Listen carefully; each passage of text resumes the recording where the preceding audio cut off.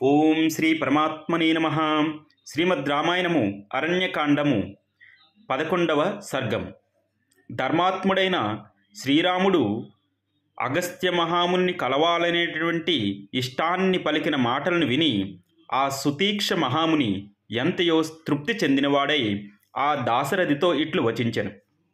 ఓ రామ, సీతాలక్ష్మణ సహితుడివై నీవు అగస్త్య మహర్షిని దర్శింపుము అను ఈ విషయమును నేనే నీకు చెప్పదలిచి ఉంటిని. కానీ ఈ విషయమును ముందుగా నీవే ప్రస్తావించితివి. ఇది చక్కని మాట. నాయన, అగస్త్య మహాముని నివసించు ప్రదేశమును గూర్చి తెలిపెదను వినుము. ఇదిగో, ఈ ఆశ్రమమునకు దక్షిణ దిశయందు 4 యోజనముల దూరమున అగస్త్య సోదరుని ఆశ్రమము గలదు. అది పవిత్రమైనది, మనోహరమైనది. అగస్త్య మహాముని సుదర్శనుడు అని పేరు. అగస్త్య సోదరుని పేరు సుదర్శనుడు. తల్లి గర్భమునందున్నప్పుడే అతనికి జ్ఞానోదయం అయ్యింది. ఇదిగో, ఈ ఆశ్రమమునకు దక్షిణ దిశయందు 4 యోజనముల దూరమున అగస్త్య సోదరుని ఆశ్రమం గలదు. అది పవిత్రమైనది, మనోహరమైనది. ఆ ఆశ్రమ ప్రదేశము వివిధములగు పుష్పములతోనూ ఫలములతోనూ రావి వృక్షములతోనూ శోభిల్లుచుండెను. అచట నానా విధములగు పక్షుల కలరవములు వినిపించుచుండెను. నిర్మలమైన జలములతో పద్మములతో కలకలలాడుచుండెడి అచటి సరస్సులలో హంసలు, కన్నె లేడి పిట్టలు, చక్రవాకములు సంచరించుచు వాటి శోభలను ఇనుముడింప జేయుచుండును. ఓ రామ, ఆ ఆశ్రమమునందు ఒక రాత్రి గడిపి మరునాటి ఉదయవేళ దక్షిణ దిశను అనుసరించి వన సమూహములకు ప్రక్కగా వెళ్ళుడు. అచటికి 1 యోజన దూరమున గల అగస్త్యాశ్రమమునకు చేరుడు. ఆ వనప్రదేశము చక్కని వృక్ష సంపదలతో రమణీయముగా ఉండును. చూడముచ్చటగా ఉండెడి ఆ వన వృక్షములను చూచి సీతాదేవియు నీవును లక్ష్మణుడును ఎంతయో ఆనందింపగలరు. మిక్కిలి ప్రశస్తిగన్న ఓ శ్రీరామ, ఆ అగస్త్య మహామునిని దర్శించుటకు కుతూహల పడుచున్నచో మీరు నేడే వెళ్ళుటకు సిద్ధపడుడు. అయితే అగస్త్య మహాముని సోదరుని ఆశ్రమం మధ్యలో ఉంటుంది. ఆ అగస్త్య సోదరుని పేరు సుదర్శనుడు. ఆయన తల్లి గర్భం నుండున్నప్పుడే జ్ఞానోదయం కలిగి ఉన్నటువంటి వాడైన ఆ అగస్త్య సోదరుని ఆశ్రమానికి వెళ్ళి అక్కడ ఒక రాత్రి బస చేసి 2వ రోజు అగస్త్యముని ఆశ్రమానికి వెళ్ళండి అని తను తెలియజేశాను. మిక్కిలి ప్రశస్తిగన్న ఓ శ్రీరామ, ఆ అగస్త్య మహాముని దర్శించుటకు కుతూహల పడుచున్నచో మీరు నేడే వెళ్ళుటకు సిద్ధపడుడు. మీరు వెంటనే వెళ్ళాలనుకుంటే ఈరోజే వెళ్ళండి అంటూ ఉన్నాడు. సుతీక్ష మహర్షి పలుకులను విని పిదప శ్రీరాముడు సీతాలక్ష్మణ సహితుడే ఆ మహామునికి నమస్కరించి అగస్త్యముని దర్శించుటకై బయలుదేరెను. వారు మార్గమున ప్రయాణించుచు రమ్యములైన వనములను, ఆకాశమునంటుచున్న పర్వతములను, సరస్సులను, నదులను దర్శించుచు ముందుకు సాగిరి. సుతీక్షుడు తెలిపిన త్రోవలో పయనించు దృశ్య సందర్శనముచే పరమ సంతుష్టుడైన శ్రీరాముడు లక్ష్మణునితో ఇట్లు అడిను. లక్ష్మణ, అదిగో ఆ కనబడుచున్నది అగస్త్య సోదరుని ఆశ్రమమే. అతడు నిజముగా మహాత్ముడు, సత్కర్మలను ఆచరించువాడు. మనము విన్న రీతిగానే ఈ వనమార్గమున వేల కొలది వృక్షములు ఫల పుష్పముల బరువులతో వంగియున్నవి. పక్వమునకు వచ్చిన పిప్పిల్లి యొక్క మిక్కిలి ఘాటైన వాసనలు ఈ వనము నుండి గాలివాటును ఇటు వచ్చుచున్నవి. అక్కడక్కడ హోమకార్యముల ఉపయోగమునకై ప్రోగు చేయబడిన కట్టెపుల్లల కుప్పలను, అట్లే వైడూర్యములు వన్నెలు కలిగి త్రుంచబడిన దర్భలను కనబడుచున్నవి. ఇదిగో చూడుము, ఈ వనము యొక్క మధ్యభాగమున ఆశ్రమమునందలి అగ్ని నుండి వెలువడిన పొగలు కనపట్టుచున్నవి. ఈ ధూమములు యొక్క పైభాగములు నల్లని మేఘముల యొక్క అంచుల వలె ప్రతీతమగుచున్నవి.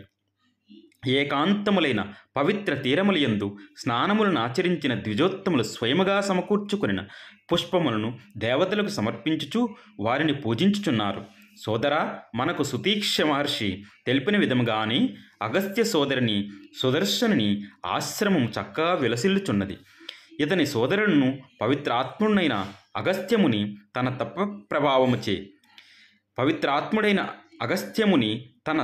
ప్రభావముచే లోకహితము కొరకు వాతాపి ఎల్లవరుడు అను రాక్షసు రూపమున ఉన్న మృత్యువును జయించి దక్షిణ దిశకు సురక్షితమైన దానిగా ఋష్యాదులకు నివాస యోగ్యముగా చేసెను. ఇచ్చట ఒకానొకప్పుడు క్రూరులైన వాతాపి ఎల్వలుడు అను ఇద్దరు రాక్షస సోదరులు ఉండేవారు. ఆ ఇద్దరును గూడి బ్రాహ్మణులను హతమార్చుచుండెడివారు. వారిలో నిర్దయుడైన ఎల్వలుడు బ్రాహ్మణ రూపమును ధరిస్తూ శ్రాద్ధము పేరుతో సంస్కృత భాషలో బ్రాహ్మణులను ఆహ్వానించుచుండేవాడు. అతడు తన సోదరుడైన వాతాపిని శాఖరూపమున మార్చి శ్రాద్ధమునకు తగినట్లుగా కూరగా వండి విధి విధానంగా శ్రాద్ధ కర్మను నడిపి బ్రాహ్మణులకు భోజన పదార్థములలో ఆ కూరను వండించెడివాడు. ఆ విప్రులు భోజనములు ముగిసిన పిమ్మట ఎల్వలుడు ఓ వాతాపి బయటకు రమ్ము అని బిగ్గరగా పిలిచెడివాడు. అనంతరము సోదరిని పిలుపును విన్న వాతాపి మేమే అనే మేకవలె అరుచుచూ ఆ బ్రాహ్మణుల ఉదరములను చీల్చుకొని బయటికి వచ్చేవాడు. ఈ విధముగా ఆ బ్రాహ్మణులను చంపి వాళ్ళని తింటూ ఉండేవారు. ఈ విధముగా నరమాంస భక్షకులు కామరూపులు అయిన ఆ రాక్షసులు వేల కొలదిగా బ్రాహ్మణులను హతమార్చుచుండేవారు. ఆ రాక్షసుల ఆగడములను గూర్చి దేవతలు అగస్త్యునకు మొరపెట్టుకునిరి. అంతటా ఆ మహాముని శ్రాద్ధ విధి నుండి ఆ వాతాపి రాక్షసిని శాఖరూపమును భక్షించెను. పిమ్మట ఆ శ్రాద్ధ భోజనముతో నేను తృప్తి పడితిని అని ఆ ముని పలికెను. అప్పుడు ఎల్వలుడు అగస్త్యునకు హస్తోదకమినిచ్చి వాతాపి సోదర బయటికి రమ్ము అని పలికెను. బ్రాహ్మణ హంతకుడైన ఎల్వలుడు సోదరుని ఆ విధముగా పిలుచుండగా మేధావి అయిన అగస్త్య మహాముని నవ్వుచూ అతనితో ఇట్లనెను, బయటకు వచ్చటికి ఇంకను నీ సోదరునికి శక్తి ఎక్కడిది? శాఖరూపమునున్న ఆ రాక్షసుడు నా కడుపులోనే జీర్ణమైపోయినాడు. ఇప్పటికే అతడు యమలోకమునకు చేరియుండెను. నేను ఈ భోజనంతో ఆ శాఖరూపంలో ఉన్న రాక్షసుని భుజించిన తర్వాత ఈ భోజనంతో నేను సంతృప్తి చెందితిని అని అగస్త్యముని అనినంతనే ఆ ఆహారము జీర్ణమైపోయింది. ఇక ఆయన బయటికి రాలేడు అని అనెను. ఇప్పటికే అతడు యమలోకమునకు చేరియుండెను. అంతటా ఆ నిశాచరుడు ఎల్వరుడు ఆ ముని మాటలను విని తన సోదరుని వాతాపి మృతికి కారకుడైన అగస్త్యమునిపై మండిపడుచు ఆయనను హింసింపసాగెను. అప్పుడు ఆ ముని తనపై విరుచుకుపడుచున్న ఆ రాక్షసుని అగ్నితుల్యములైన తన కంటి మంటలతో దగ్ధము గావించెను.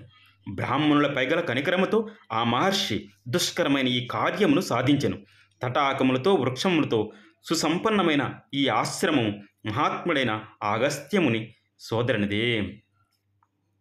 ఆశ్రమమును గూర్చి శ్రీరాముడు లక్ష్మణునితో ఇట్లు నడుపుచుండగా ఇంతలో సూర్యుడు అస్తమించెను. సంధ్యాకాలం ఆయను. అప్పుడు ఆ రఘువరుడు తమ్మునితో యథావిధిగా సాయం సంధ్యావందనాది ఆచరించి ఆశ్రమమును ప్రవేశించి ఆ మహర్షికి అగస్త్యుని సోదరునకు నమస్కరించెను. అంతటా మహాముని సీతాలక్షణ సమేతుడైన శ్రీరామునకు సాదరముగా స్వాగత మర్యాదలను నెరిపెను. వారు కందమూల ఫలములను ఆహారముగా స్వీకరించి ఆ రాత్రికి అచట నివసించిరి. ఆ తరువాత వాళ్ళు అగస్త్యముని ఆశ్రమానికి బయలుదేరుతారు. అది మనము రేపు చదువుకుందాం. ధన్యవాద్. థ్యాంక్స్. ఓం జై శ్రీరామ్. ఈ సీతారామలక్ష్మణుల రామాయణ కథను రోజు వింటూ ఆనందాన్ని పొందుతూ ఆరోగ్యంగా ఉండాలని భగవంతుని ప్రార్థిస్తూ ఓం శాంతి ఓం శాంతి శాంతి ఓం.